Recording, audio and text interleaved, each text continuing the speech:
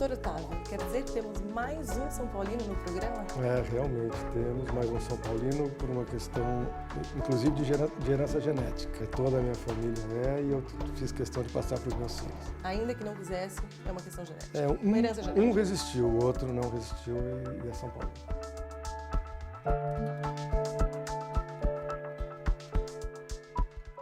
Olá, o Contraponto está de volta e essa semana temos a satisfação de entrevistar o desembargador Otávio de Almeida Toledo, desembargador do Tribunal de Justiça de São Paulo. Tudo bem, desembargador? Tudo bem, Roberta. Obrigado pelo convite. Obrigada, senhor. É um prazer ter aqui conosco. Todo meu. Desembargador, antes de mais nada, o que, na sua opinião, dá menos trabalho? Condenar ou absolver? Avaliando-se entre dar mais trabalho e menos trabalho, eu acho que o que dá mais trabalho é a questão de você definir o que você vai fazer, se é condenar ou absolver, é você formar a concepção daquilo que você efetivamente vai tomar como decisão. Tem-se sempre a ideia, e isso é praxe, de que se condenar você tem que ter argumentos sólidos, indiscutíveis e que não deixem qualquer margem de dúvida. É melhor errar por absolvendo do que errar condenando. As consequências são menos drásticas. Então, eu entendo que o que é mais fácil não tem fácil. O que é mais trabalhoso é efetivamente você formar a concepção entre absolver e condenar. É tomar a decisão. É tomar a decisão.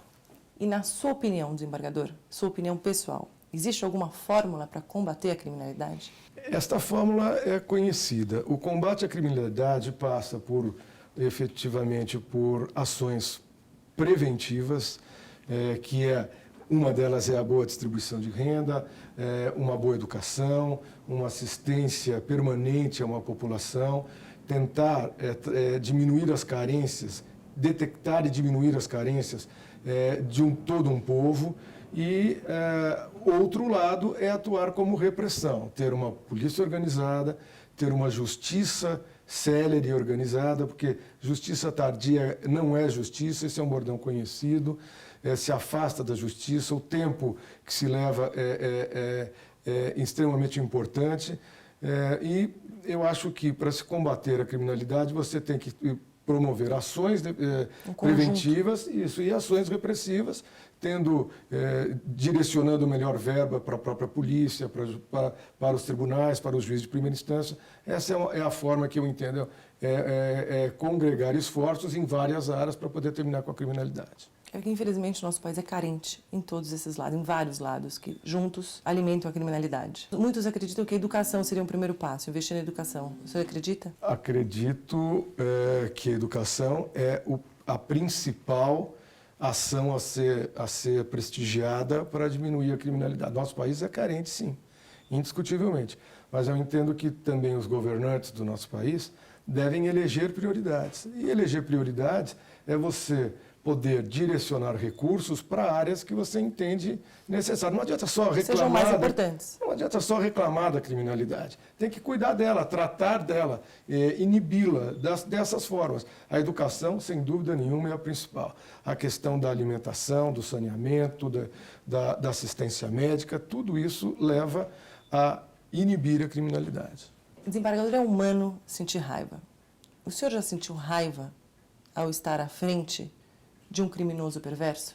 É realmente humano sentir raiva, né? A raiva é um dos gigantes da alma, isso já foi estudado. E desembargadores não deixam de ser seres humanos. Não, sem dúvida nenhuma. Antes de desembargador, nasceram, criaram, cresceram.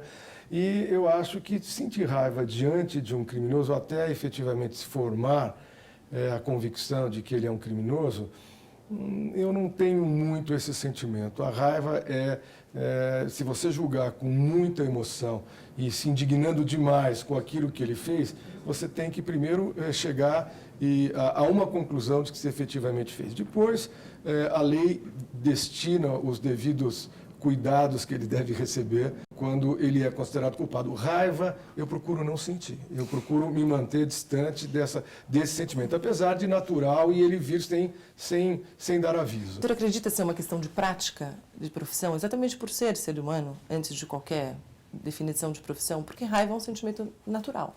Você acredita que é uma questão de prática? Entendo que em grande parte sim. É uma questão de prática, de você ter convívio, criar uma casca, né? coraça, onde você pode tratar do assunto sem se envolver emocionalmente. Eu acho que isso é importante. Vem com a prática, sim, vem com a vivência, não necessariamente a prática jurídica, mas vem com a vivência. Tem pessoas que podem estar em outras profissões, elas podem se deparar com criminosos desses que são repugnantes e não sentir, não ter esse sentimento de raiva. Os psicólogos, os psiquiatras, os assistentes sociais, os juízes, os advogados, os promotores. Na sua opinião, desembargador, a pena de morte conteria o crime?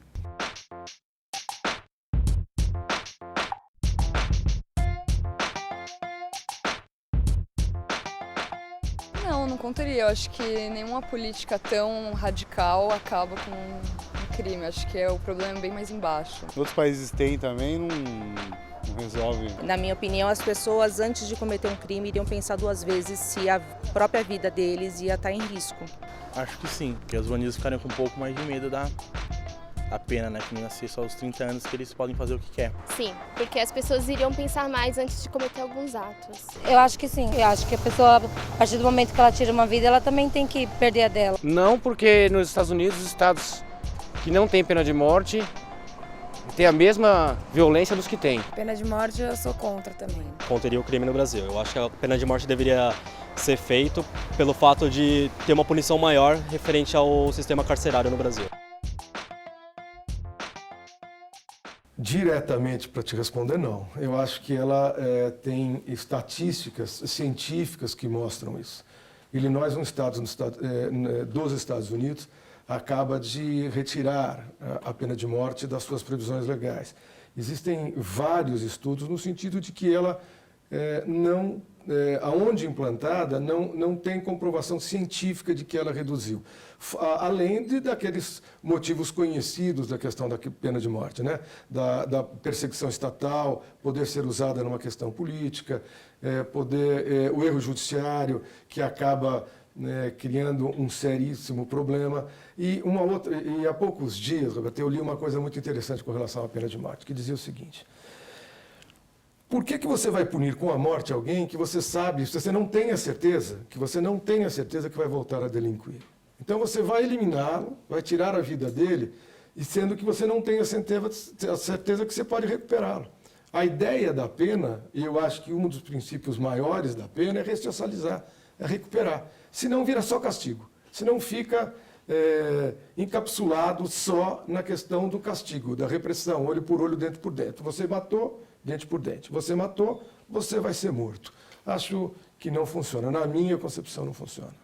Na verdade, não podemos voltar a fazer justiça como nos primórdios lá de trás. Essa é a verdade. Essa é a verdade. Eu acho que realmente esse é um ponto crucial. Essa questão de se eliminar a vida de alguém vem como os primeiros castigos, né? E da história que se tem notícia. E eu acho que de lá para cá não se tem comprovação científica de que ela funciona. Eu, particularmente, acho que nós não deveríamos adotar. E a prisão perpétua? Prisão perpétua é efetivamente uma alternativa à prisão. Alguns países chamam da prisão perpétua aquela prisão até o final da vida. Outros entendem, como a Inglaterra, que a prisão perpétua é um tempo indefinido até que o Estado chegue à conclusão de que efetivamente ele não precisa mais ficar preso, e em vários países há limite de idade. O nosso, 30 anos. Alguém condenado a 100 anos, 150 anos, no máximo 30 anos de cumprimento. Mas se a prisão perpétua existisse no Brasil, perpétua como até o fim da vida? Quer dizer, você foi condenado a passar o resto dos seus dias melhor que a pena preso. De morte. Mas o senhor acredita que isso poderia funcionar? Não acredito. Acredito na recuperação. Tenho que acreditar na recuperação. E, efetivamente, nos casos em que os delitos são cometidos e as pessoas têm problemas mentais que praticam esse delito, eles quase que podem ter uma prisão perpétua. Enquanto eles não tiverem um atestado que eles podem voltar à sociedade, eles estarão presos e já em uma prisão perpétua. Em instituições destinadas a isso. Quer dizer, praticamente pode ser isso. Mas também não admito a hipótese da prisão perpétua. Acho que ela apesar de ser melhor que a pena de morte, ou menos ruim do que a pena de morte, eu acho que a prisão perpétua não tem o caráter profilático que se espera dela. E outra, você vai ter é muito melhor investir na recuperação do que falar, olha, agora você vai ficar trancado até o fim da sua vida às custas do Estado. E o direito penal moderno, como vê tudo isso? O direito penal moderno não gosta muito dessas soluções de prisão perpétua e de pena de morte. Ao contrário, ele evolui para um lado, inclusive, de abolir a prisão corporal. Quer dizer, em alguns casos permaneceria a prisão corporal. Em outros casos, como já evoluímos, né, naquela reforma do Código de 40, quando foram criadas as penas alternativas, por exemplo, punir um empresário, vamos deixar claro, para ele talvez seja mais difícil ele pagar uma certa quantia em dinheiro do que efetivamente ele cumprir uma pena corporal. Eu acho que são coisas que talvez você possa educar, como no caso hoje da punição ao usuário de drogas. Aquele usuário em que é primário, em que efetivamente está caracterizado o uso, apenas o uso, ele não é traficante, ele não participa apenas da um sociedade. viciado. Ou apenas um viciado, ele vai ter tratamentos como advertência dos malefícios da droga, ele vai ter tratamentos de recuperação, ele vai ter prestação de serviço de comunidade. Na minha opinião, muito mais eficaz do que você prender uma pessoa, que não é caso de prisão, na minha opinião. Então, eu acho que a evolução do direito moderno é de abolir essas penas corporais mais severas e, num futuro, não sei se longínquo ou não, mas é de tentar reduzir ao mínimo a pena corporal. Esperamos que não seja tão longínquo. Pode ser, eu também. Desembargador, faremos um breve intervalo e voltamos já.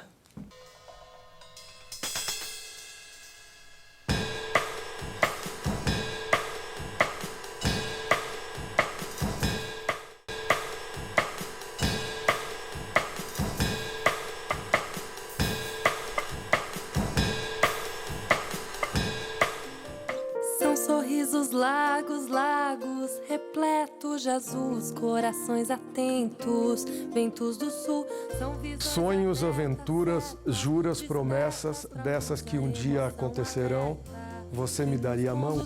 Sonhos, aventuras, juras, promessas, dessas que um dia acontecerão, você me daria a mão. Desembargador Almeida Toledo, quem rouba para matar a fome merece perdão judicial? A questão tanto do roubo quanto do furto para se matar, e no furto é chamado furto famélico, é uma questão de indagação. Hoje, o direito moderno reconhece se efetivamente o agente agiu para única e exclusivamente matar a fome de um familiar, de um filho, dele próprio, acaba havendo uma escusa, assim, no meu ponto de vista. O roubo já é um pouco mais complicado, porque implica ter usado de violência para conseguir aquilo, e então eu já tenho algumas restrições. Agora, o furto, batizado de furto famélico, deve, obviamente, ser tratado de forma diferente dos outros furtos. Afora as exceções previstas na lei, o aborto deve continuar a ser considerado crime no Brasil?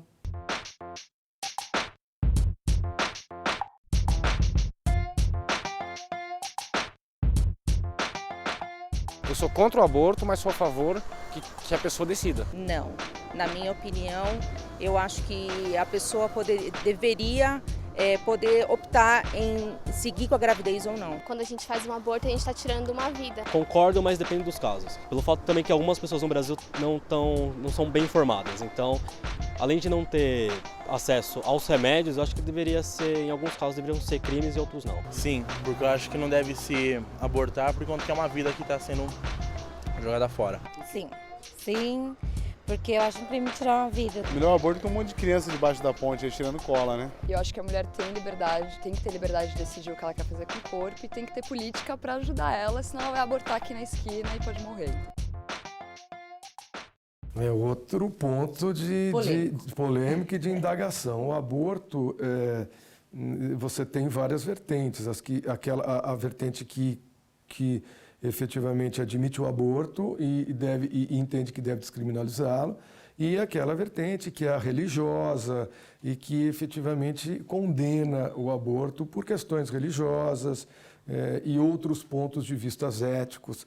Eu acho que o aborto bem disciplinado, como ele já vem sendo na questão proveniente de estupro, quando coloca em risco a gestante, eu acho que aí já há a escusa da lei. Já existe. Agora, ampliar mas a legalização isso, eu acho que a ligação total do aborto tem que haver um critério. A torto e a direito, não entendo que vai botar em risco, inclusive, a população mais carente.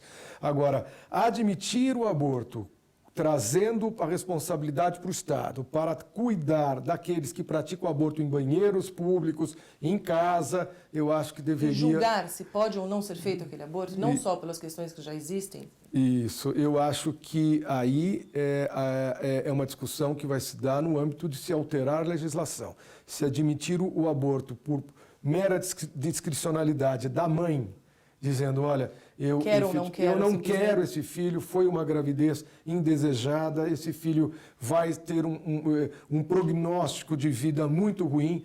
Eu acho que daí tem que ser muito criterioso, a legislação tem que ser muito criteriosa para poder permitir a torto e a direito. Eu tenho alguns reparos a fazer. Até porque pode incentivar o descuido. Pode, exatamente, pode incentivar o descuido. Bom, se eu engravidar, efetivamente eu tenho uma solução, mas eu acho que ele deve ser motivado e a legislação tem que regular isso com uma forma criteriosa. Agora vamos aos bastidores, desembargador. O que mais odeia fazer, mas infelizmente é obrigado a fazer? Não sei. Às vezes acordar cedo no inverno, mas sou obrigado a fazer. Isso eu não. Eu acho que né? Eu acho que isso é uma questão biológica de tudo. Mas eu acho que isso é uma das coisas, indiscutivelmente. Eu geralmente faço o que gosto, mas não tem uma coisa assim que eu acabo me dando obrigação de fazer. Se efetivamente não gosto, eu costumo afastar desse tipo de coisa. E o que não deveria fazer, mas ama fazer? E faz? Confessável, eu acho que não. Eu não tenho efetivamente nada que eu faça que não deveria. Tenho, mas não confessável. Não, é assim, veja, vamos deixar bem claro, confessável nas questões éticas e legais, sim. Eu não faço absolutamente nada que não deveria.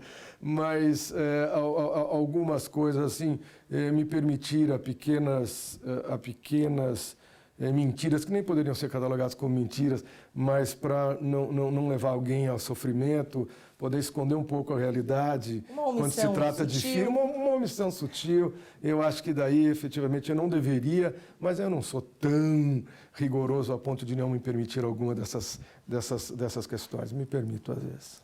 Continuemos, desembargador. Se o senhor tivesse que passar o resto da vida numa ilha deserta e para lá só pudesse levar um livro, um filme e um CD, quais levaria? Eu preciso levar um que eu possa ler, assistir então, e ouvir várias vezes. Porque que seja longo, eu espero vida longa, mesmo na ilha. Mas eu acho que